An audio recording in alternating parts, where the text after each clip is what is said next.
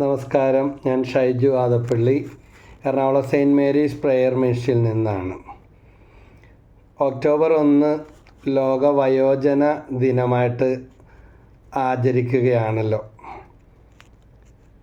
മുതിർന്ന പൗരന്മാർക്ക് സ്വച്ഛവും സ്വതന്ത്രവുമായ ഒരു ജീവിതം സമ്മാനിക്കുന്നുണ്ടോ നമ്മുടെ നാടും സമൂഹവും? ഞാൻ ഓർക്കുകയാണ്, ഇന്ന് 2 സഹോദരിമാർ എന്നെ കാണാനായിട്ട് വന്നു. അവരുടെ പ്രശ്നം എന്താണെന്ന് വെച്ചാൽ 74 വയസ്സുള്ള അമ്മയെ അവരുടെ സഹോദരൻ, ഈ അമ്മയ്ക്ക് ഒരു മകനും 2 പെൺമക്കളുമാണ്, നല്ല രീതിയിൽ സംരക്ഷിക്കുന്നില്ല. ഇപ്പോൾ ഒരു വാടക പുരയിൽ ഹോം നേഴ്സിനെ നിർത്തി. കാരണം ഈ 2 സഹോദരിമാരുടെയും ചുറ്റുപാട് അനുസരിച്ച് അവർക്കും കൊണ്ടുപോയി അമ്മയെ നിർത്തുന്നതിൽ പരിമിതികളുണ്ട്. ഇപ്പോൾ അമ്മ ഒറ്റയ്ക്ക് ഒരു വീട്ടിൽ ഹോം നേഴ്സൊന്നും ഉറച്ചു നിൽക്കുന്നില്ല, നിന്നാൽ തന്നെ ശരിയായി സംരക്ഷിക്കുന്നില്ല. അപ്പോൾ മാറി മാറി പോകുന്ന ഒരവസ്ഥയാണ്. അപ്പോൾ അസന്ധിഗ്ധമായ ഈ അവസ്ഥ അവരുടെ സങ്കടം വന്ന് വിവരിക്കുകയായിരുന്നു. RDO ഈ മകൻ്റെ സംരക്ഷണക്കുറവൊക്കെ വന്നപ്പോൾ അപ്പൻ്റെ പകരമുള്ള കേന്ദ്ര ഗവൺമെൻറ് ജോലിയെല്ലാം ഈ മകന് കിട്ടിയതാണ്. അപ്പോൾ RDOന് പരാതിയൊക്കെ കൊടുത്ത് അതിൻ്റെ നടപടിക്രമങ്ങൾ ആയി വന്നപ്പോഴേക്കും ആ ഉന്നതനായ നല്ലവനായ അദ്ദേഹത്തിന് മാറ്റം വന്ന് പിന്നെ പുതിയ ആളായി കാര്യങ്ങൾ കേസും കോടതിയായിട്ട് അതിൻ്റെ നിലക്ക് പോയിക്കൊണ്ടിരിക്കുന്നുവെന്ന് അവർ പറഞ്ഞത് ഓർക്കുകയാണ്. ഇത് പറഞ്ഞുകൊണ്ടിരിക്കുമ്പോൾ തന്നെ ഓർക്കുകയാണ്, ഇന്ന് രാവിലെ തന്നെ വന്ന 74 വയസ്സുള്ള 75 വയസ്സുള്ള ഏകദേശം 75 വയസ്സുള്ള മറ്റൊരമ്മച്ചി പറഞ്ഞതാ. 74 വയസ്സ് അവർ തന്നെ പറഞ്ഞതാ. അപ്പോൾ ആരൊക്കെയോ പറഞ്ഞു, ഇനിയെങ്കിലും അങ്ങോട്ട് കൊടുക്കാൻ പാടില്ലേ, എന്തിനാ കെട്ടിപ്പിടിച്ച് വെക്കുന്നതെന്ന്. ഒന്നും കൊടുക്കാഞ്ഞിട്ട് തന്നെ സ്വന്തം നിലക്ക് തന്നെ വെച്ച് വേവിച്ച് ഉണ്ടെങ്കിൽ ഉണ്ട്, ഇല്ലെങ്കിൽ ഇല്ല. ഈ വയസ്സാം കാലത്തും ജോലി എടുത്ത് ജീവിക്കുന്നത് മോശമാണെന്നല്ല പറയുന്നത്. ഒരു മകനും ഉണ്ട്, ഒരു മകളും ഉണ്ട്. പക്ഷേ വേണ്ട കരുതലും സംരക്ഷണങ്ങളും വേണ്ട പോലെ ലഭിക്കുന്നില്ലെന്നുള്ള വെറുതെയായ ഒരു മാതാവിൻ്റെ പരാതി കേട്ടതോർക്കുകയാണ്. കഴിഞ്ഞ കുറച്ച് വർഷങ്ങൾക്ക് മുമ്പ് കോടതിയിൽ നിന്ന് റിട്ടയേർഡായ ഒരു അച്ഛനും ഒരു അമ്മയും കൂടെ വരുമായിരുന്നു, അക്രൈസ്തവരായ ഒരു കുടുംബം. അപ്പോൾ ഞാനൊരു നല്ല വക്കീലിനെയൊക്കെ കാണാൻ അവരോട് പറഞ്ഞു കൊടുത്തു. കാരണം സ്വത്ത് ഉണ്ടായിരുന്നത് ആകെയുള്ള അവരുടെ സമ്പാദ്യം മകന് കൊടുക്കാതെ മകൾക്ക് എഴുതി കൊടുത്തു. മകനായാലും മകളായാലും മനസാക്ഷി കത്തിക്കഴിഞ്ഞാൽ പറഞ്ഞിട്ട് കാര്യമില്ലല്ലോ. പക്ഷെ നല്ല രീതിയിലൊക്കെ ആയിരുന്നു. മരുമകൻ മരിച്ചുപോയി, പെട്ടെന്ന് എന്തോ സംഭവിച്ച്. അപ്പോൾ അതിൽ പിന്നെ ഈ അച്ഛനെയും അമ്മയും ഈ മകൾക്ക് കണ്ണിലെ കരട് പോലെയായി പലവിധ ഉപദ്രവങ്ങൾ ചെയ്തു. ചട്ടകം കൊണ്ട് പഴിപ്പിച്ച് വെച്ചു. ബാത്റൂമൊക്കെ ലോക്ക് ചെയ്ത് പോയി കളയുന്നു, ഭക്ഷണം കൊടുക്കുന്നില്ല. ഞാൻ എൻ്റെ ഭാര്യനോട് പറഞ്ഞു, ഇവിടെ വരുമ്പോൾ അതൊക്കെ എന്ന പോലെയൊക്കെ ചെയ്യാം. എന്നിട്ട് പാലാരട്ടം പോലീസിൽ, ജനമൈത്രി പോലീസ് പരാതിയെല്ലാം കൊടുപ്പിച്ചു. കോടതി മുഖാന്തരം അതിന് വേണ്ട നടപടികളൊക്കെ ചെയ്ത് ഇപ്പോൾ ആ വൃദ്ധജനങ്ങൾ അവർ അച്ഛനും അമ്മയും ഉണ്ടെന്ന് എൻ്റെ ഓർമ്മ. അവർക്ക് സാവകാശമാണ് കാര്യങ്ങളൊക്കെ നടപടികളൊക്കെ ആയി വന്നത്. കാരണം ഇന്ന് ഇങ്ങനെയുള്ള ഒത്തിരി അരക്ഷിതാവസ്ഥകളൊക്കെ പുറമേ നിന്ന് നോക്കുമ്പോൾ എല്ലാം മിനുസമുള്ളതായിട്ട് നമുക്ക് തോന്നിയാലും പലപ്പോഴും അങ്ങനെയല്ല. അപ്പോൾ ഇങ്ങനൊരു അരക്ഷിതാവസ്ഥ വൃദ്ധന്മാർക്ക്, അവർക്ക് സ്വച്ഛവും സ്വതന്ത്രമായിട്ടുള്ള ഒരു ജീവിതം വാർദ്ധക്യകാലത്ത് പോലും ലഭിക്കുന്നുണ്ടോ എന്നുള്ളത് നമ്മൾ ചിന്തിക്കേണ്ട കാര്യമാണ്. അപ്പോൾ 2050 ആകുമ്പോഴേക്കും ഇന്ത്യയിൽ 60 വയസ്സിന് മുകളിലുള്ളവരെ അവരുടെ ജനസംഖ്യ 34.7 കോടിയായി ഉയരും എന്നാണ് കണക്ക്. ഇപ്പോൾ ലോക ജനസംഖ്യയിൽ തന്നെ ഇന്ത്യ 1ാം സ്ഥാനത്ത് എത്തിക്കഴിഞ്ഞു. അപ്പോൾ 2050 ഈ വൃദ്ധന്മാരുടെ എണ്ണം ഇന്ത്യയിൽ 60 വയസ്സിന് മുകളിലുള്ളവരുടെ എണ്ണം 34.7 കോടിയായിട്ട് ഉയരുമെന്നൊക്കെയാണ് കണക്കുകൾ. അപ്പോൾ കണക്കുകൾ വെറുതെ പറയത്തില്ലല്ലോ, ഔദ്യോഗികമായ പഠനങ്ങൾ ഇതിനൊക്കെ നടന്നുകൊണ്ടിരിക്കുകയാണ്. എന്നിട്ട് ഇത് വലിയ സാമൂഹ്യ അരക്ഷിതാവസ്ഥകളൊക്കെ ഉണ്ടായിക്കൊണ്ടിരിക്കുകയാണ്. ഇപ്പോൾ തന്നെ നമ്മൾ പലതും കാണുകയും കേൾക്കുകയും കണ്ടില്ലെന്ന് വെക്കുകയൊക്കെ ചെയ്യുന്ന അവസ്ഥയിലൂടെയാണ് കടന്നു പോയിക്കൊണ്ടിരിക്കുന്നത്. എന്നാലും അവർക്ക് വേണ്ടി ഇന്ന് പല പ്രവർത്തനങ്ങളും പല സൊസൈറ്റികളും ഒക്കെ ഹ്യൂമൻ റൈറ്റ്സ് പോലെയുള്ള മനുഷ്യാവകാശ പോലെയുള്ള പല കാര്യങ്ങളൊക്കെ ഉണ്ടെന്നുള്ളതും വിസ്മരിക്കാവുന്നതല്ല.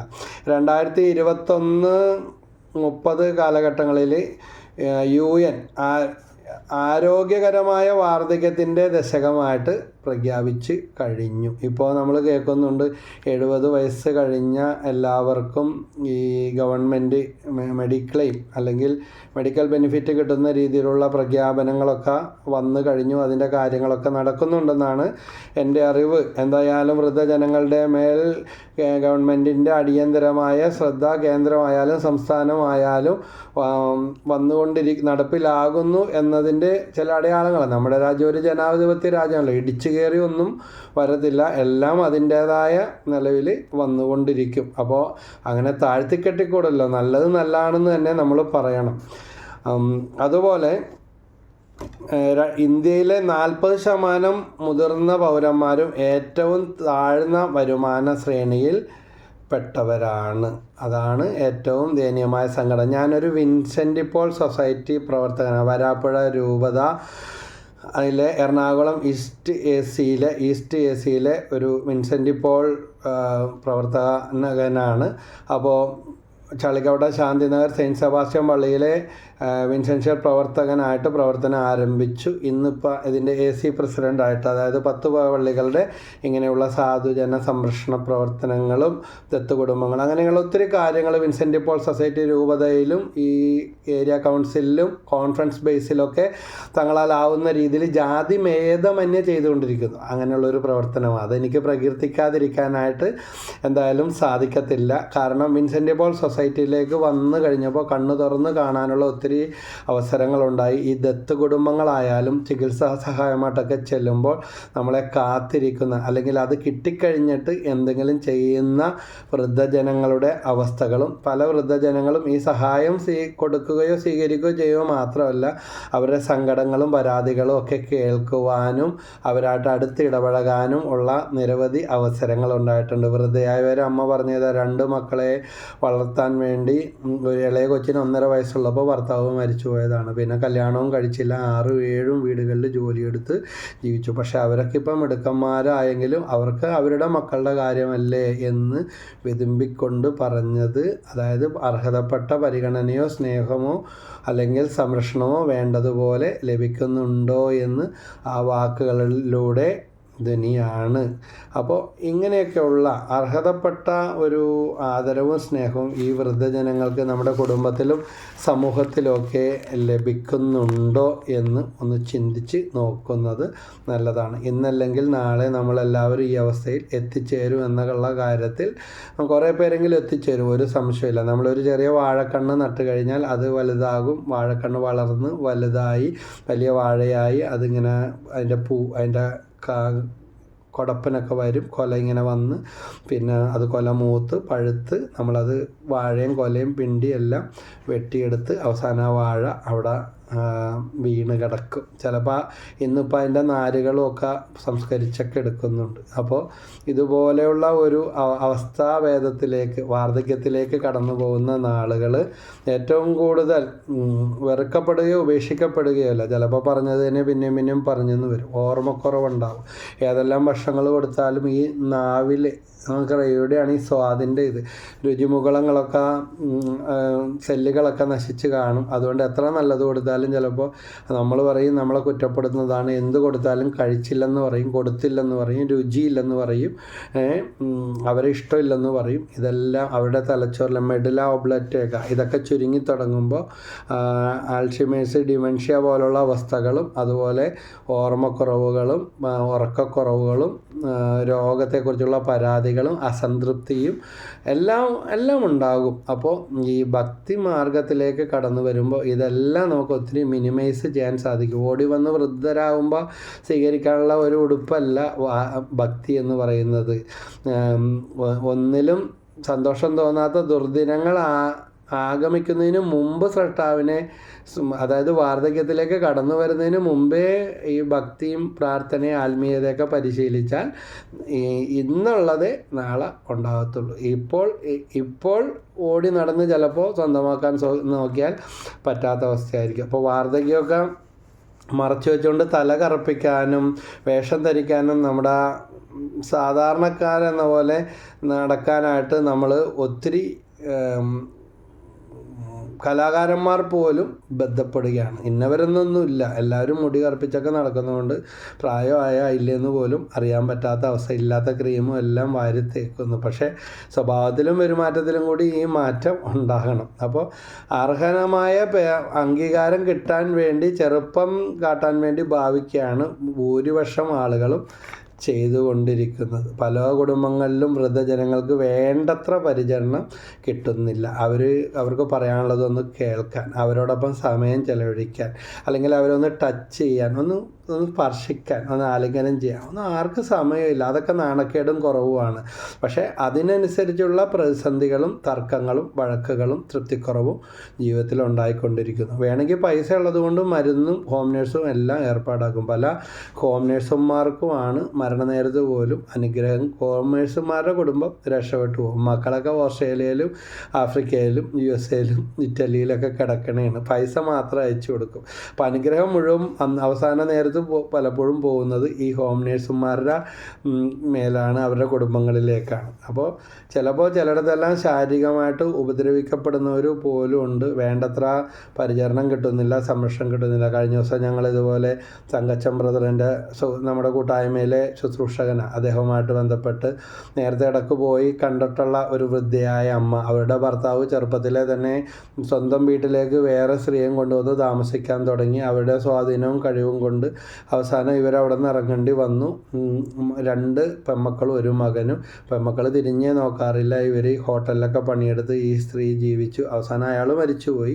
അയാൾ മരിച്ചതും ജീവിച്ചതും ഇവർക്ക് ഒരു ഗുണമുണ്ടായിട്ടില്ല. ഇവർ കഷ്ടപ്പെട്ട് ജീവിച്ചു. അവസാനം ജോലി എടുക്കാൻ പറ്റാത്ത അവസ്ഥയിൽ ഒരു വീടിൻ്റെ ഒരു ചാർപ്പിൻ്റെ ഭാഗത്താണ് ഇങ്ങനെ ഏറ്റവും ചെറിയ ചെലവിൽ താമസിക്കുന്നു. അപ്പോൾ ഓട്ടോറിക്ഷ പിടിച്ചാണ് ഈ പ്രാഥമികാരോഗ്യ കേന്ദ്രത്തിൽ പോലും പോകാൻ സാധിക്കുന്നത്. പക്ഷെ അതിനുപോലും കുത്തുവാക്കുകൾ കേൾക്കേണ്ടി വന്ന അവസ്ഥ. ഓട്ടോറിക്ഷയിലല്ലാതെ നടക്കില്ല. നടക്കാൻ വയ്യാത്തതുകൊണ്ടാണ് ഇങ്ങനെ പോകും.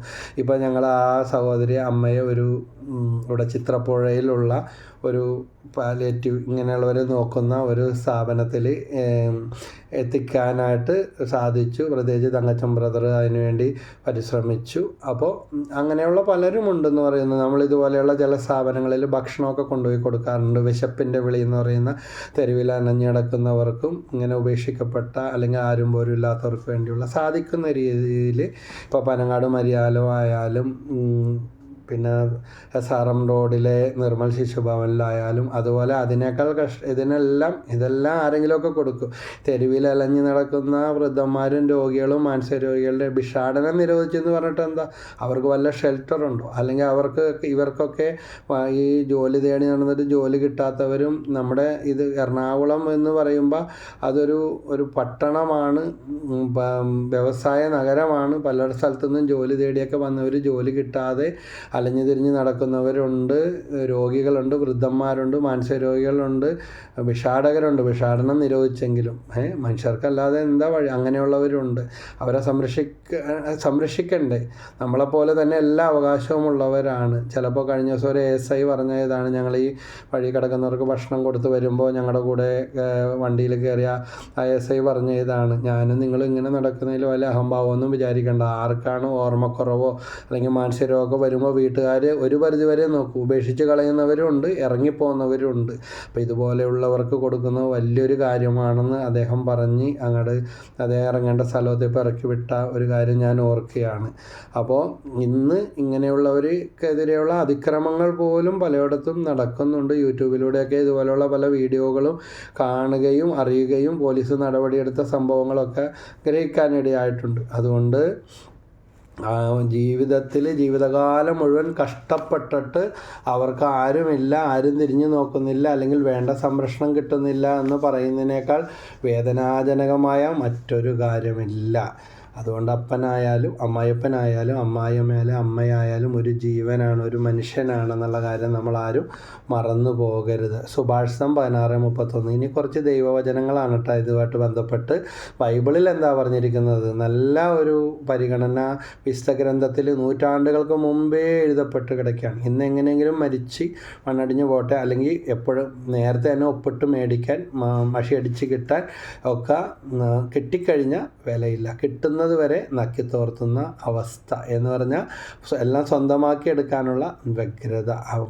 അവരെ വേണ്ട, അവരുടെ സ്വത്ത് വേണം. പലയിടത്തും ഇങ്ങനെയുള്ള ഒത്തിരി കഥകളൊക്കെ കേൾക്കാറുണ്ട്. അപ്പോൾ സുഭാഷിതം 16:31 പറയുന്നുണ്ട്, നരച്ച മുടി മഹത്വത്തിൻ്റെ കിരീടമാണ്, സുഗതപൂർണമായി ജീവിതം കൊണ്ടാണ് അത് കൈവരുന്നത്. സുഗതപൂർണമായ ജീവിതം കൊണ്ടാണ് അത് കൈവരുന്നത്. അപ്പോൾ നമ്മുടെ മുടി നരക്കുന്നതനുസരിച്ചുള്ള ഒരു സുഹൃതം ജീവിതത്തിൽ സ്റ്റെപ്പ് ബൈ സ്റ്റെപ്പായിട്ട് വളർത്തിയെടുക്കാൻ ഈ പ്രായമായവർ പ്രത്യേകം ശ്രദ്ധിക്കണം. പിന്നെ 2-ാമത്തെ വചനമാണ് ജ്ഞാനത്തിൻ്റെ പുസ്തകം 4-ാം അധ്യായം 8-9 വാക്യം. ജ്ഞാനം 4:8-9. വാർദ്ധക്യത്തെ മാനിക്കുന്നത് ഏറെ കാലം ജീവിച്ചത് കൊണ്ടല്ല, മനുഷ്യർക്ക് വിവേകമാണ് നരച്ച മുടി, കറയറ്റ ജീവിതമാണ് പക്വതയാർന്ന വാർദ്ധക്യം. അപ്പോൾ കറയറ്റ ജീവിതം, തെറ്റില്ലാത്ത ഒരു ജീവിതം നയിക്കുവാൻ, എടുത്ത് ചാടാതെ, ചാടിക്കടിക്കാതെ, പൊട്ടിത്തെറിക്കാതെ വിവേകപൂർണമായ ഒരു ജീവിതം, കറയറ്റ ജീവിതം നയിക്കുവാൻ പക്വതയാർന്ന വാർദ്ധക്യം കൊണ്ട് സാധിക്കണം. വീണ്ടും പണം, പൊന്നി, കാശ്, പറമ്പ്, ജഡം എന്നും പറഞ്ഞ് കിടന്നും ഓടാതെ വിവേകത്തോടെ, ഇതൊന്നും നമ്മളാരും കൊണ്ടുപോകില്ല. ഇതെല്ലാം കേട്ടാലും പറഞ്ഞാലും പലപ്പോഴും അത് തന്നെ ചെയ്യുന്ന അവസ്ഥ. അപ്പോൾ ഇതൊക്കെ നമ്മൾ പരിശീലിക്കണം. കറയറ്റ ജീവിതമാണ് പക്വതയാർന്ന വാർദ്ധക്യമെന്ന് വിശുദ്ധ ഗ്രന്ഥം ജ്ഞാനത്തിൻ്റെ പുസ്തകം 4-ാം അധ്യായം 8-9 വാക്യത്തിൽ പറയുന്നുണ്ട്. അപ്പോൾ എന്തുകൊണ്ടും ഒക്ടോബർ 1 ഈ വയോജന വൃദ്ധർക്കുള്ള ഒരു ദിനമായിട്ട് ആചരിക്കുന്നത് വളരെ ഉചിതം തന്നെയാണ്. അവരെ ബഹുമാനിക്കാൻ, അവരെ ഓർക്കാൻ നമ്മളും ഒരിക്കൽ ജീവിച്ചിരുന്നാൽ നമുക്കറിയില്ല, വൃദ്ധരായിത്തീരും. ഇപ്പം എൻ്റെ അപ്പൻ 54 വയസ്സാകുന്നതിന് തൊട്ടിപ്പോൾ ഇന്ന് എൻ്റെ അപ്പൻ്റെ മരിച്ചതിൻ്റെ 20-ാം ചരമ വാർഷികമാണ്. അപ്പോഴേ പോയി. അത്രയും വരെയൊക്കെ നമ്മൾ എത്തൂലേ എന്ന്. എനിക്ക് 50 വയസ്സായി. അല്ല, നമ്മൾ എന്തോരം ഉണ്ടാവുമെന്നൊന്നും നമുക്ക് അറിയില്ല. ഇന്ന് ഞാൻ, നാളെ നീ. അപ്പോൾ അതുകൊണ്ട് വാർദ്ധക്യത്തിലെത്തിയവരെ, നരചൂടിയവരെയൊക്കെ നമ്മൾ ബഹുമാനിക്കണം. രോഗവും വയ്യായ്കയും ഉറക്കക്കുറവും ക്ഷീണവും മടുപ്പും പറഞ്ഞത് തന്നെ പിന്നെയും പറയുകയും രുചിയില്ലായ്മയും ഭക്ഷണം കഴിക്കാതെയും ഒക്കെ ഉണ്ടാകും. എന്നാൽ അവരോട് കരുതൽ കാണിക്കാൻ. ഞാൻ ഓർക്കുകയാണ്, തേവര ഭാഗത്തൊരു വീട്ടിൽ വർഷങ്ങളായിട്ട് കിടക്കുന്ന ഒരു അപ്പനെ ആ കുടുംബം നോക്കുന്നത് കണ്ടിട്ടും ആ നോക്കുന്നതിനെക്കുറിച്ച് മറ്റുള്ളവർ പറഞ്ഞു ഇതാണ്, ആരും ഇതുപോലെ നോക്കൂല. ഈ അടുത്ത നാളിൽ അദ്ദേഹം മരിച്ചു. എൻ്റെ ദൈവമേ, ആശുപത്രിക്കാരൊന്നും ചെയ്യാനില്ലെന്ന് പറഞ്ഞിട്ടും ആശുപത്രിയിലേനേക്കാൾ പൊന്നുപോലെയാണ് ആ കുടുംബത്തിൽ. ആ കിടപ്പ് കണ്ടാൽ ഞങ്ങൾക്ക് തന്നെ അറിയായിരുന്നു. ഒരു ഓർമ്മ പോലും ഇല്ല. ഒത്തിരി നാളായി, 1 ദിവസവും 2 ദിവസവുമല്ല. ആ വീട്ടിലെ അവരുടെ മകൻ, പുണ്യം ചെയ്ത മകൻ എന്ന് പറയും, എത്രയോ വർഷങ്ങളായി ഭാര്യയും മക്കളെയും വിട്ടിട്ട് താഴെ കിടക്കുന്ന, ഹോം നേഴ്സിനെ ഒന്നും നിർത്തിയിട്ടില്ല, സ്വന്തം ഷിപ്പ്യാർഡിലോ മറ്റോ വലിയൊരു ഉദ്യോഗസ്ഥനാണ്. പക്ഷേ സ്വന്തം അപ്പനെ സ്വന്തമായിട്ട് നോക്കുന്നത് കൊണ്ട്, താഴെ വന്ന് കിടക്കുന്നതുകൊണ്ട് അദ്ദേഹത്തിൻ്റെ ഭാര്യയും മക്കളും താഴെ തന്നെ വന്ന് അദ്ദേഹത്തോടൊപ്പം അവിടെ കിടപ്പാണ്, അപ്പനെ നോക്കാൻ വേണ്ടി താഴത്തെ ആ മുറിയിൽ കിടക്കുന്ന അപ്പൻ്റെ ഒപ്പം. അപ്പോൾ അവർക്കും അതൊരു നല്ല മാതൃകയാണ്. വീണ്ടും പ്രഭാഷകൻ 6:18 പറയുന്നുണ്ട്, മകനെ ചെറുപ്പം മുതലേ ജ്ഞാനോപദേശം തേടുക, വാർദ്ധക്യത്തിലും നീ ജ്ഞാനം സമ്പാദിച്ചുകൊണ്ടിരിക്കും. ഇന്ന് പലരും പണം സമ്പാദിക്കാനുള്ള എളുപ്പ വഴികൾ, അവസാനം എല്ലാ പണവും വിട്ടിട്ട് സ്വസ്ഥത കിട്ടാൻ വേണ്ടിയുള്ള വഴികൾ അന്വേഷിച്ച് നടക്കുന്ന, ആരോഗ്യം നഷ്ടപ്പെടുത്തി, സമാധാനം നഷ്ടപ്പെടുത്തി, പണം, ബന്ധമില്ല, സ്വന്തമില്ല. അവസാനം ഈ ഉണ്ടാക്കിയതെല്ലാം വാരി എറിഞ്ഞിട്ടും ഇതൊന്നും തിരിച്ചു കിട്ടാത്ത അവസ്ഥയിൽ. അപ്പോൾ പ്രഭാഷകൻ 6:18 മറക്കരുത്, മകനെ ചെറുപ്പം മുതലേ ജ്ഞാനോപദേശം തേടുക, വാർദ്ധക്യത്തിലും നീ ജ്ഞാനം സമ്പാദിച്ചു കൊണ്ടിരിക്കും. വയസ്സായാലും പഠിപ്പിച്ചുകൊണ്ടിരിക്കും. വീണ്ടും 4-ാമത്തെ വചനമാണ് പ്രഭാഷകൻ 11:20. നിന്റെ കർത്തവ്യങ്ങൾ നിഷ്ഠയോടെ അനുഷ്ഠിക്കുക, വാർദ്ധക്യം വരെ ജോലി ചെയ്യുക. വാർദ്ധക്യം വരെ ജോലി ചെയ്യുക. ബൈബിളിൽ അധ്വാനിച്ച് നെറ്റിയിലെ വിയർപ്പുകൊണ്ട് അപ്പം ഭക്ഷിക്കാനായിട്ട് ദൈവം മനുഷ്യരോട് കൽപ്പിച്ചിരിക്കുന്നതായിട്ട് നമ്മൾ കാണുന്നു. അപ്പോൾ വാർദ്ധക്യം വരെ ജോലി ചെയ്യുക. ആരോഗ്യത്തിനും നിലനിൽപ്പിനും സ്വസ്ഥതയ്ക്കും നമുക്കറിയാം ഡോപ്പമിൻ എന്ന് പറഞ്ഞ ഹോർമോണൊക്കെ ഉണ്ട്. ഈ ഡോപ്പമിനൊക്കെ സെറോട്ടോണിൻ, ഓക്സിറ്റോക്സിൻ, ഇങ്ങനെ പല ഹോർമോണുകളും ഉണ്ട്. വ്യായാമം ചെയ്താൽ, ജോലി ചെയ്താൽ ഇതൊക്കെ നല്ല പ്രസരിപ്പുണ്ടാകും, യുവത്വം തുടിക്കും. വാർദ്ധക്യമായാലും നല്ല തിളക്കം ഉണ്ടാകും, ചർമ്മത്തിന് നല്ല തിളക്കം കിട്ടും, നല്ല പ്രസരിപ്പ് കിട്ടും. രോഗത്തെ ഉണ്ടെങ്കിൽ തന്നെ രോഗത്തെക്കുറിച്ചൊന്നും ചിന്തിക്കാൻ നേരമില്ല. അപ്പോൾ വ്യായാമമൊക്കെ ചെയ്യുന്നത് നല്ലതാണ്. ഭക്താഭ്യാസങ്ങൾ നല്ലതാണ്. ദേവാലയത്തിലൊക്കെ പോവുക. വാർദ്ധക്യം വരെ ജോലി ചെയ്യുക. നിൻ്റെ കർത്തവ്യങ്ങൾ നിഷ്ഠയോടെ അനുഷ്ഠിക്കുക. എല്ലാം ചിട്ടയോടെ ചെയ്യുക. വലിച്ചു വാരിയിട്ട് ചെയ്യുന്ന പരിപാടിയെല്ലാം അവസാനിപ്പിക്കുക. എല്ലാത്തിലും കയറി ഇടപെടുന്ന സ്വഭാവം അവസാനിപ്പിക്കുക. അതാണ് നിഷ്ഠയോടെ അനുഷ്ഠിക്കുക എന്ന് പറയുന്നത്. വീണ്ടും 5-ാമത്തെ വചനമാണ്, വൃദ്ധന്മാരെ ബഹുമാനിക്കണം. ആര് ബഹുമാനിക്കണം?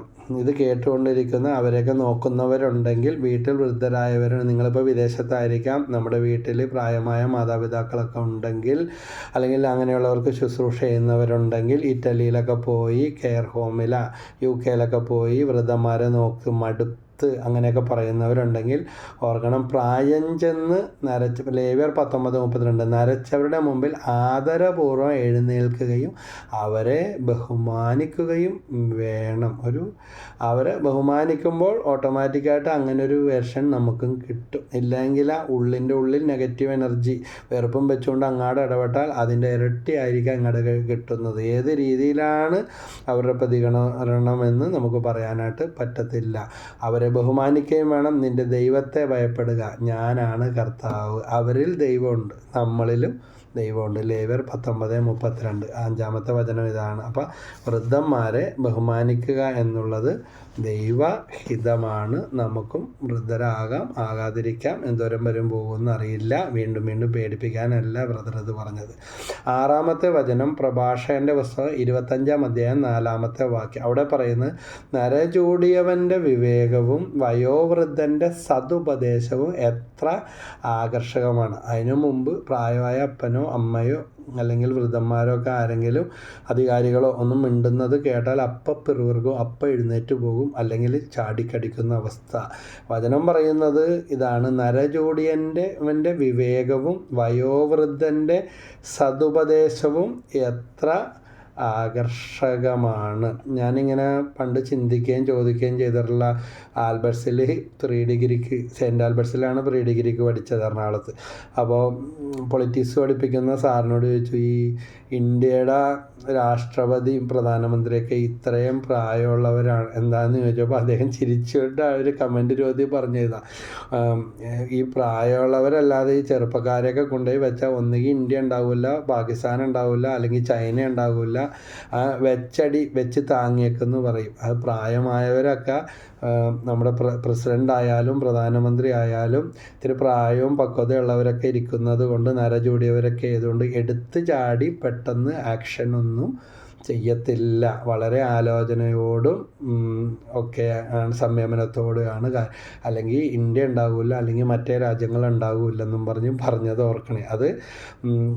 അത് ഒരു പോയിൻ്റാണ്. കാരണം എടുത്ത് ചാടി യൗവനത്തിൻ്റെ തിളപ്പിൽ പല ചാട്ടവും ചാടും, പക്ഷേ പിന്നെ കരകയറാൻ പറ്റാത്ത അവസ്ഥ. ഞാൻ ആലുവ സബ് ജയിലിൽ ഒരു 3 തവണ മെസ്സേജ് കൊടുക്കാൻ എനിക്ക് അവിടെ പോകാൻ അനുവാദം കിട്ടി. അങ്ങനെ 1.25-2 മണിക്കൂർ വീതമൊക്കെ ജയിൽ മിനിസ്ട്രിയായിട്ട് ബന്ധപ്പെട്ടുള്ള ആ ശുശ്രൂഷ. അതുപോലെ ദൈവകൃപയാൽ ഞാനിങ്ങനെ പോയെന്ന് അറിഞ്ഞപ്പോൾ ഒരു സഹോദരി എന്നോട് പറഞ്ഞു, ഇനി പോകുമ്പോൾ അങ്ങനെ പെർമിഷൻ മേടിച്ച് വന്നിട്ട് ഒരു 5,000 തൊട്ട് 10,000 രൂപയുടെ പുസ്തകങ്ങൾ ആ ഒരു സഹോദരി സന്മനസ്സായി അവിടെയുള്ളവർക്ക് വായിക്കാനായിട്ട്, എഴുത്തുകാരും വായനക്കാരും കലാകാരന്മാരും എല്ലാം ഉണ്ട്. അപ്പോൾ അവിടെ അവർ പറഞ്ഞു, എന്തൊരു സമാധാനം ഇങ്ങനൊരു പ്രവൃത്തി അവർക്ക് വേണ്ടി ചെയ്തു കഴിഞ്ഞപ്പോൾ അവരുടെ ലൈബ്രറിയിലേക്ക് കൊടുക്കാനായിട്ട് ഇടയായി. അപ്പോൾ എഴുത്തുകാരും എല്ലാവരും ഉണ്ട്, പക്ഷേ ചെറുപ്പക്കാരാണ് ഏറ്റവും കൂടുതലുള്ളത്. 18 വയസ്സ് മുതലുണ്ട്. എടുത്ത് ചാടി പല കുരുക്കിലും കുഴിയിലും പല അബദ്ധത്തിൽ എല്ലാത്തിലും പെട്ട് യൗവനത്തിൻ്റെ തിളപ്പിലും അല്ലെങ്കിൽ മുതിർന്നവരുടെ വാക്ക് കേൾക്കാതെയും മാതാപിതാക്കളെ അനുസരിക്കാതെയും. കഴിഞ്ഞ ദിവസം ഞാൻ ഒരു വീഡിയോയിൽ ഇതുപോലെ പറഞ്ഞു, അപ്പനും അമ്മനെയും ധിക്കരിച്ച് രാത്രി വീടെല്ലാം നോക്കുന്നവനും വീട് വെച്ചവനും പെങ്ങളെ കല്യാണം കഴിപ്പിച്ചതെല്ലാം അവനാണ്. ചാടി പുറപ്പെട്ടു. പിന്നെ ശവമാണ് കിട്ടിയത്. കാരണം സെപ്റ്റിക് ടാങ്ക് മാലിന്യം കോരുന്ന ലൈറ്റില്ലാതെ പോയ ലോറി ആ പോക്കിൽ കൂട്ടുകാർ വിളിച്ചിട്ട് എന്തിനോ പറഞ്ഞു ഓടിയത്. ആ സമയത്ത് ഓടല്ലേന്ന് കാല് പിടിച്ച് കാരണവന്മാർ പറഞ്ഞതാണ് കിട്ടി. ഇതുപോലെ ഒരിക്കലും ഒരു അമ്മേനെയും താങ്ങിപ്പിടിച്ച് ഇവിടെ പ്രാർത്ഥിക്കാൻ എന്ത് പറഞ്ഞ് ആശ്വസിപ്പിക്കണമെന്ന് കൊണ്ടുവന്നത്. അപ്പോൾ അവരുടെ സങ്കടം ഇതാണ്. അവരുടെ ഏക മകൻ ജോലിയും കഴിഞ്ഞ് വന്ന് കിടന്ന് ഉറങ്ങി തുടങ്ങിയപ്പോൾ കൂട്ടുകാരന്മാർ വിളിച്ചു. ആ കാർ ആക്സിഡൻറ്റിൽ അവരുടെ കാറിലാണ് പോയത്. ഏറ്റവും അവസാനം മരിച്ചത് ഇവരുടെ മകനെ. കിടന്ന് ഉള്ളത് മുഴുവൻ ചിലവാക്കി, വീടും പോയി മോനും പോയി. അപ്പോൾ പ്രായമായവർ മാതാപിതാക്കൾ പറഞ്ഞതൊന്നും കേട്ടില്ല, ചാടിക്കടിച്ചു. അതുകൊണ്ട് പ്രായമായവരാണ് പറയുന്നതെങ്കിലും അതിലെന്തെങ്കിലും കാര്യങ്ങളുണ്ടോ എന്ന് വിലയിരുത്തുക, അല്ലാതെ വെറുതെ നമ്മൾ അവരെ ചവിട്ടിത്തേക്കരുത്. അപ്പോൾ പ്രഭാഷണം 25:4 നരചൂടിയൻ്റെ വിവേകവും വയോവൃദ്ധൻ്റെ സതുപദേശവും എത്ര ആകർഷകമാണ്. അതറിയാവുന്നവർക്ക് അതറിയാം. വീണ്ടും പ്രഭാഷണം 25:6 പറയുന്നുണ്ട്, അനുഭവ സമ്പത്ത് വയോധികന് കിരീടവും ദൈവഭക്തി അവന് അഭിമാനവുമാണ്. എന്തുകൊണ്ടാണ് അനുഭവ സമ്പത്ത് ആർക്കുണ്ടാകും? വൃദ്ധന്മാർക്കുണ്ടാകും. വീടി വലിച്ച് സിഗരറ്റ് വലിച്ച് അല്ലെങ്കിൽ പാൻ പരാഗ് ഹാൻ നിരോധിച്ചതെല്ലാം ഉണ്ടാക്കി കയറ്റി വെച്ച് വായം തുളച്ച് ജീവിക്കാനല്ല വാർദ്ധക്യകാലം. വാർദ്ധക്യകാലം എന്താ? അനുഭവ സമ്പത്ത് വേണം, ജ്ഞാനം വേണം, വചനം വേണം, ദൈവഭക്തി വേണം, വ്യക്തിപരമായ പ്രാർത്ഥന വേണം, കൂദാശ ജീവിതം വേണം. അപ്പോൾ അത് ദൈവഭക്തി അവന് അഭിമാനമായി തീരും. അവരെ കാണുമ്പോൾ ആൾക്കാർ എഴുന്നേറ്റ് നിൽക്കും, അവർക്ക് സ്തുതി കൊടുക്കും, അവരൊരു റോൾ മോഡലായിത്തീരും. ഏശയ്യാ പ്രവചനം 46:3-4 വാക്യത്തിൽ പറയുന്നുണ്ട്, ഗർഭത്തിലും ജനിച്ചതിന് ശേഷവും ഞാൻ വഹിച്ച യാക്കോബ് ഭവനമേ, ഇസ്രായേൽ ഭവനത്തിൽ അവശേഷിക്കുന്നവരെ എൻ്റെ വാക്ക് കേൾക്കുവിൻ. നിങ്ങളുടെ വാർദ്ധക്യം വരെയും ഞാൻ അങ്ങനെ തന്നെ ആയിരിക്കും. നിങ്ങൾക്ക് നര ബാധിക്കുമ്പോഴും ഞാൻ നിങ്ങളെ വഹിക്കും. ഞാൻ നിങ്ങളെ സൃഷ്ടിച്ച് നിങ്ങളെ വഹിക്കും, ചുമലിലേറ്റി സംരക്ഷിക്കുകയും ചെയ്യും. വൃദ്ധന്മാരോടുള്ള ദൈവത്തിൻ്റെ കരുണ, ദൈവത്തിൻ്റെ വചനം ഏശയ്യാ 46:3-4. നിങ്ങളുടെ വാർദ്ധക്യം വരെയും ഞാൻ അങ്ങനെ തന്നെ ആയിരിക്കും. നിങ്ങൾക്ക് നര ബാധിക്കുമ്പോഴും ഞാൻ നിങ്ങളെ വഹിക്കും. അതുകൊണ്ട് ആരും നോക്കുന്നില്ല, ആരും കൂടെ ഇല്ല എന്നോർത്ത് വിഷമിക്കേണ്ട. ഈ വചനം ഒന്ന് പറഞ്ഞു പ്രാർത്ഥിച്ചാൽ മതി. പ്രാർത്ഥിക്കാൻ തുടങ്ങുന്ന ദിവസം ഏശയ്യാ 46:3-4. നിങ്ങൾക്ക് ആരെങ്കിലും ദൈവം പറഞ്ഞു വിടും, ആരെങ്കിലും നിങ്ങൾക്ക് വേണ്ടി സംസാരിക്കും, ആരെങ്കിലും നിങ്ങൾക്ക് വേണ്ടത് കൊണ്ടുവന്ന് തന്നിരിക്കും. ഉറപ്പാ. നമുക്ക് വിചാരിക്കാത്ത മനസ്സിലാകാത്ത വ്യക്തികളിൽ കൂടെ എല്ലാം ദൈവം പ്രവർത്തിക്കും. എനിക്കറിയാവുന്ന ഞങ്ങളുടെ കൂടെ തെരുവിലെ ഭക്ഷണ വിതരണം ജനമൈത്രിയിലെ ബിനോബാബു സാറ് പറഞ്ഞ ഏതാണ്, ഒരു വീട്ടിൽ ചെന്നപ്പോൾ ക്യാൻസർ രോഗിയായ ഒരു അമ്മച്ചി മരുന്ന് മേടിക്കാൻ പാടുപെടുന്നത് കൊണ്ട് ഒരു സംഘടനയുടെ നോക്കി നിന്നില്ല, അദ്ദേഹത്തിൻ്റെ അച്ഛനും അമ്മക്കും മേടിച്ചു കൊടുക്കുന്ന പോലെ. എന്നോട് പറഞ്ഞ് ബ്രദറിനോടായതുകൊണ്ട് പറഞ്ഞതാണ്, പക്ഷേ ഇത് അനേകർക്ക് മാതൃകയാവുന്നതിന് വേണ്ടി അദ്ദേഹം പലതവണ അവർക്ക് ഈ ക്യാൻസറിൻ്റെ അത്യാവശ്യമായ മരുന്ന് മേടിച്ചുകൊണ്ട് പോയി കൊടുത്തിട്ടുണ്ട്. അപ്പോൾ ഞാൻ പറഞ്ഞ അരിക്ക് ബുദ്ധിമുട്ടുള്ളവരാണെങ്കിൽ അന്ന് ഇവിടെ ആരോ പാവപ്പെട്ടവർ കൊടുക്കുക, അരി തന്നെ എന്നാൽ കൊണ്ടുപോയി കൊടുക്കുക. അല്ല എന്ന ബ്രദറും കൂടെ വന്നു. ഞാൻ പറഞ്ഞു കൊണ്ടുപോയി കൊടുത്തോ, എനിക്കറിയാം എന്ന് പറഞ്ഞ് കൊണ്ടുപോയി കൊടുത്തത്, കൊണ്ടുപോയി ഇങ്ങനെ കിട്ടിയ അരിയും കൂടി കൊണ്ടുപോയി കൊടുത്തത് ഓർക്കുകയാണ്. അപ്പോൾ ഇങ്ങനെയൊക്കെ ഇവർക്ക് ചെയ്യുമ്പോൾ ദൈവത്തിന് തന്നെ ചെയ്യുന്നതിന് തുല്യമാണ്. മാതാപിതാ ഗുരു ദൈവം. ഇന്ന് മാതാപിതാക്കളുടെ ശവോടുപ്പ് വരെ ഓൺലൈനായിട്ടും ഫേസ്ബുക്കിൽ കൂടെയും എല്ലാം ഓൺലൈനാണ്. ഷൂട്ട് ചെയ്യുകയാണ്. കാരണം വിദേശമായിരിക്കുന്ന മക്കൾക്ക് വരാൻ നേരമില്ല, ഇട്ട് കൊടുക്കുന്ന അവസ്ഥ. അത്രയ്ക്ക് ഗതികേടായി. മക്കൾ വിദേശത്ത് പോകാൻ വേണ്ടിയൊക്കെ പ്രാർത്ഥിച്ച് ഇപ്പോൾ വയസ്സാം കാലത്ത് കൂട്ടിന് ആരുമില്ല. ഞങ്ങളുടെ ഈ ചളിക്കോട്ടെ ശാന്തിനഗർ ഇടവകയിൽ തന്നെ പല വീടുകളും ഒഴിഞ്ഞു കിടക്കുന്നതായിട്ട് ഈ അടുത്ത് പ്രധാന പലരും സംസാരിക്കുന്നത് കേട്ടു. കാരണം മക്കളൊക്കെ UK, ഓസ്ട്രേലിയ. അപ്പോൾ വേറെ ചിലർ പാല ഏരിയ ആയിട്ട് ബന്ധപ്പെട്ട് അവർ പറഞ്ഞു ചെയ്താൽ ഞങ്ങളുടെ അവിടെയൊക്കെ കുറേ വീട് അതിനേക്കാൾ കൂടുതൽ കിടപ്പുണ്ട്, വിൽക്കാനിട്ടിട്ടുണ്ട്. അവരെല്ലാം അവകാശികളെല്ലാം പ്രായമായവർ മരിച്ചുപോയി. അവകാശികളെല്ലാം മറ്റ് രാജ്യങ്ങളിലേക്ക് നേഴ്സും അതും ഇതൊക്കെ ആയിട്ട് കെയർ ഹോമിലും ഒക്കെ ആയിട്ട് പോയി. ചിലരൊക്കെ വിറ്റ് പെറുക്കി തന്നെ ഇവിടെ നിന്ന് പോയി കളഞ്ഞ അവസ്ഥകൾ. എന്താവും സ്ഥിതി എന്നറിയില്ല. അപ്പോൾ ഉള്ള ബംഗാളികളാണെങ്കിൽ എല്ലാം ഇങ്ങോട്ട് വന്നുകൊണ്ടിരിക്കുന്ന അവസ്ഥ. ഒന്ന് 10ാം ക്ലാസ്സിൽ ഫുൾ A+ ഒക്കെ മേടിക്കുന്നത് അവരുടെ മക്കളാണ്. മലയാളിക്ക് പാകത്തിന് മലയാളി കൊച്ചിനെ എഴുതാൻ അറിയില്ല. എന്നാൽ അപ്പോൾ പറയും ഇംഗ്ലീഷ് അറിയാം. മലയാളം അറിയില്ല, ഇംഗ്ലീഷും അറിയാത്ത ഗതികേടിലേക്ക് പോകുമ്പോൾ ബംഗാളികളുടെ അല്ലെങ്കിൽ ഉത്തരേന്ത്യക്കാരുടെ അതിഥി തൊഴിലാളികളുടെ മക്കളൊക്കെ വന്ന് അവർ കഷ്ടപ്പെട്ട് വളരുന്നത് കൊണ്ട് ഗവൺമെൻറ് സ്കൂളുകളിലൊക്കെ പഠിച്ച് മികച്ച വിജയം നേടുന്നത്. അത് മറ്റൊരു സബ്ജക്റ്റാണ്, എന്നാലും പറഞ്ഞെന്നേ ഉള്ളൂ. അപ്പോൾ അടുത്തത് ഈ വൃദ്ധന്മാർ അല്ലെങ്കിൽ പ്രായമായവർ എങ്ങനെ ആയിരിക്കണം? അവർക്ക് ഇതൊക്കെ മനസ്സിലാക്കാനുള്ള സമയവും പ്രായമൊക്കെ കഴിഞ്ഞെന്ന് പറഞ്ഞേക്കാം. ചിലർക്ക് sugar, pressure, cholesterol, thyroid, creatine, അല്ലെങ്കിൽ എല്ലാം കൂടെ, അല്ലെങ്കിൽ ചിലത് ഇങ്ങനെയൊക്കെ നമ്മളാണെങ്കിൽ എന്തായിരിക്കും അവസ്ഥ? ഇയർ ബാലൻസിൻ്റെ കംപ്ലൈൻറ്റ്, അസ്ഥി ഒടിയുന്ന രോഗങ്ങൾ, വാദസംബന്ധമായ പ്രയാസങ്ങൾ, അല്ലെങ്കിൽ മുറിവുകൾ വന്നാൽ പൊറുക്കുന്നില്ല, ചർമ്മരോഗങ്ങൾ, ഓർമ്മക്കുറവ്, ഹോർമോൺ വ്യതിയാനങ്ങൾ, എന്തെല്ലാം പ്രയാസങ്ങളാണെന്നറിയാമോ? എത്രയോ മരുന്നുകൾ കൂട്ടത്തോടെ കഴിക്കുന്നവരുണ്ട്. എന്നോടൊരു വ്യക്തി 75 വയസ്സുണ്ട്, കുറച്ച് നാൾ മുമ്പ് പറഞ്ഞതാണ്. പിന്നെ ഭാര്യക്കുള്ള മരുന്ന് ഞാൻ കഷ്ടി മേടിച്ചു കൊടുക്കും. അദ്ദേഹത്തിന് 75 വയസ്സായി. അദ്ദേഹത്തിനും നല്ല പൈസ വേണം മരുന്ന് മേടിക്കാൻ. ഹാർട്ടിൻ്റെ മരുന്ന് നിർത്തരുന്ന ഡോക്ടർ പറഞ്ഞേക്കണം. പക്ഷേ പെട്ടെന്ന് കരഞ്ഞുപോയി. എന്നിട്ട് പറഞ്ഞതാണ്, അവനൊരാൾ ഓടി നടന്നിട്ട് അതുകൊണ്ട് അവനെ അറിയിക്കുന്നില്ല. ഞാൻ പറഞ്ഞു, അയ്യോ ചതിക്കല്ലേ, മരുന്ന് മുടക്കല്ലേ എന്ന് പറഞ്ഞു. അപ്പം ഞാൻ രഹസ്യമായിട്ട് അദ്ദേഹത്തിൻ്റെ സഹോദരനെ, നല്ല നിലയിൽ ജീവിക്കുന്ന സഹോദരനോട്, നല്ലൊരു മനുഷ്യനാണ്, ഞാൻ പറഞ്ഞു ഇങ്ങനൊരു ബുദ്ധിമുട്ടിലാണ്, വേണ്ടതൊന്ന് സപ്പോർട്ട് ചെയ്തോ. അതിനെന്താ ബ്രദറെ ഞാൻ ചെയ്തോളാം എന്നും പറഞ്ഞ് പിന്നീട് അങ്ങോട്ട് ആ സഹോദരൻ ഇത് ചെവി അറിയാതെ, ഈ മനുഷ്യനും ഇതുണ്ടാകരുത്, എന്നാൽ ആ മനുഷ്യൻ കാര്യം മനസ്സിലാക്കിയ രീതിയിൽ അദ്ദേഹത്തെ സഹായിച്ചുകൊണ്ടിരിക്കുന്നതായിട്ട് എനിക്ക്.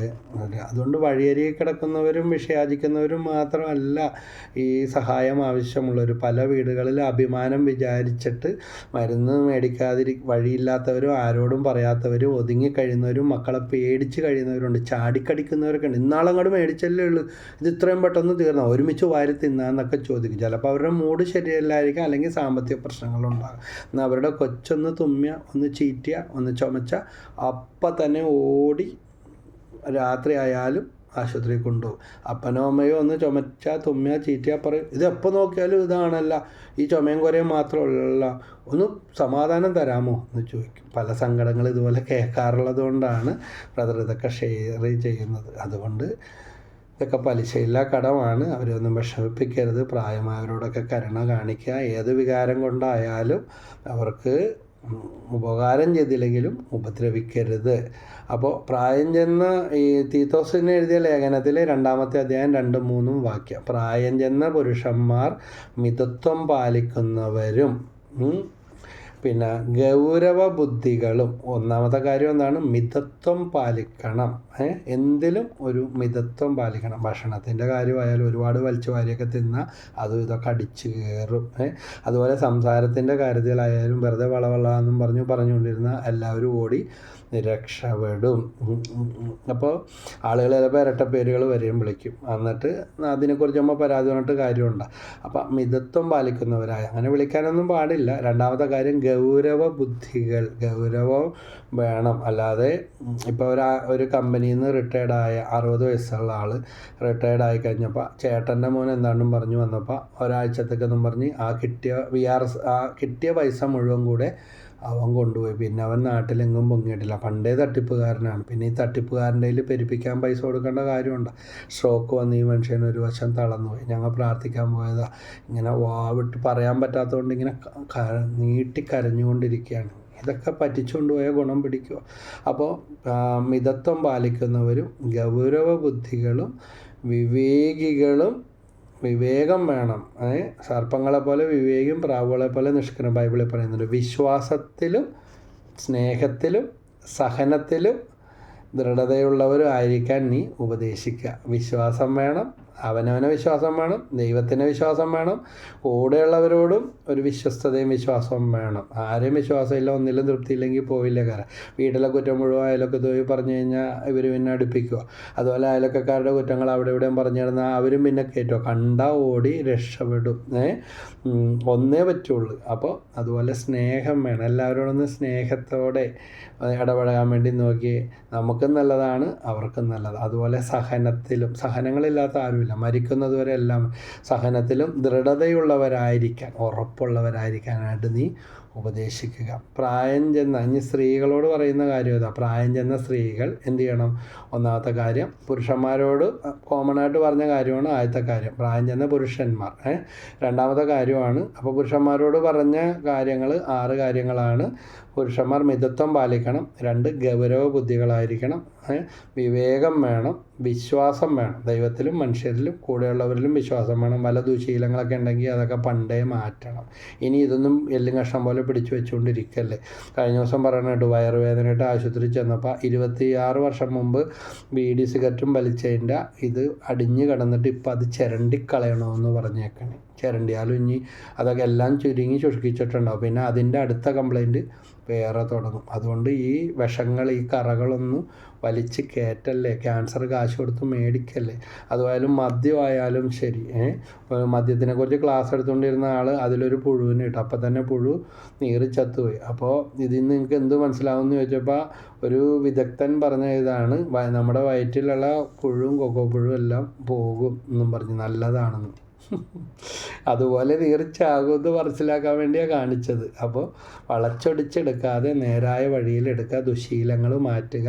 അശ്ലീല വീഡിയോയോ തെറ്റായ ചിന്തകളോ ഒക്കെ ഉണ്ടെങ്കിൽ അതൊന്നും പ്രോത്സാഹിപ്പിക്കാതിരിക്കുക, അവസാനിപ്പിക്കുക പരിപാടി. വിശുദ്ധിയിലൊക്കെ ജീവിക്കുക. അതുപോലെ വിവേകികൾ വിശ്വാസത്തിൽ, സ്നേഹത്തിൽ 5ാമത്തെ കാര്യം. 6ാമത്തെ കാര്യം സഹനത്തിൽ. 7 കാര്യം 6 കാര്യം ദൃഢതയുള്ളവരായിരിക്കണം, ഉറപ്പുള്ളവരായിരിക്കണം. അപ്പോൾ സ്ത്രീകൾ എന്ത് ചെയ്യണം? അവർ ആദരപൂർവ്വം പെരുമാറണം. 2ാമത്തെ കാര്യം പരദൂഷണം ഒഴിവാക്കണം. നല്ലൊരു വചനം തീത്തോസ് 2:2-3. മറ്റുള്ളവരോട് ആദരവ് വേണം. എല്ലാവരുടെ ഉള്ളിൽ ഒരു ദൈവത്വം ഉണ്ടെന്നുള്ള ബോധ്യം ഉണ്ടാകണം. മരുമകളെ ആയാലും അമ്മേനെ ആയാലും മകളെ ആയാലും. ഞാനൊരു വീട്ടിൽ പ്രാർത്ഥിക്കാൻ എൻ്റെ മുഖത്തിട്ട് ആ മരിക്കാറായി കിടന്ന സ്ത്രീ കാർക്കിച്ച് തുപ്പി പേടിച്ച് പ്രാർത്ഥിച്ചുകൊണ്ടിരിക്കുമ്പോൾ, അമ്മച്ചി ആരെങ്ങളോടും വെറുപ്പുണ്ടോ എന്ന് ചോദിച്ചപ്പോൾ തന്നെ അപ്പോഴാണ് പറഞ്ഞ, മരുമകളെ കൊല്ലാനുള്ള ദേഷ്യമായിട്ട് പള്ളിയിൽ പോയി വന്ന് അന്ന് ഞരമ്പ് പൊട്ടി സ്ട്രോക്ക് വന്നതാന്ന് പറഞ്ഞാൽ. അപ്പോൾ എപ്പോഴും തല്ലുപിടുത്ത് വരുന്നു, മരുമകളെ അംഗീകരിക്കില്ല, ചത്താലും അംഗീകരിക്കില്ല എന്ന് പറഞ്ഞു. പക്ഷേ ഈ തൂറിമുള്ളിയും കിടക്കുന്നതെല്ലാം എടുക്കുന്ന ഇവരാണ്. അപ്പോൾ അത് പറഞ്ഞതിനാണ്, അത് പറയുന്നത് കേട്ടപ്പോഴാണ് ഒറ്റ തുപ്പിയത്. അതുകൊണ്ട് ആദരവ് വേണം. ചത്താലും അംഗീകരിക്കില്ലെന്ന് പറഞ്ഞിട്ട് കാര്യമില്ല. ചിലപ്പോൾ നമ്മളെ ചാവുന്നവരെ ആരാ നോക്കേണ്ടി വരുന്നതെന്ന് അറിയില്ല, ആരെയാ വേണ്ടി വരുന്നതെന്ന് അറിയില്ല. ആദരപൂർവ്വം പെരുമാറണം. 2ാമത്തെ കാര്യം പരദൂഷണം ഒഴിവാക്കണം. ഒട്ടും പറ്റാത്ത കാര്യമാണത്.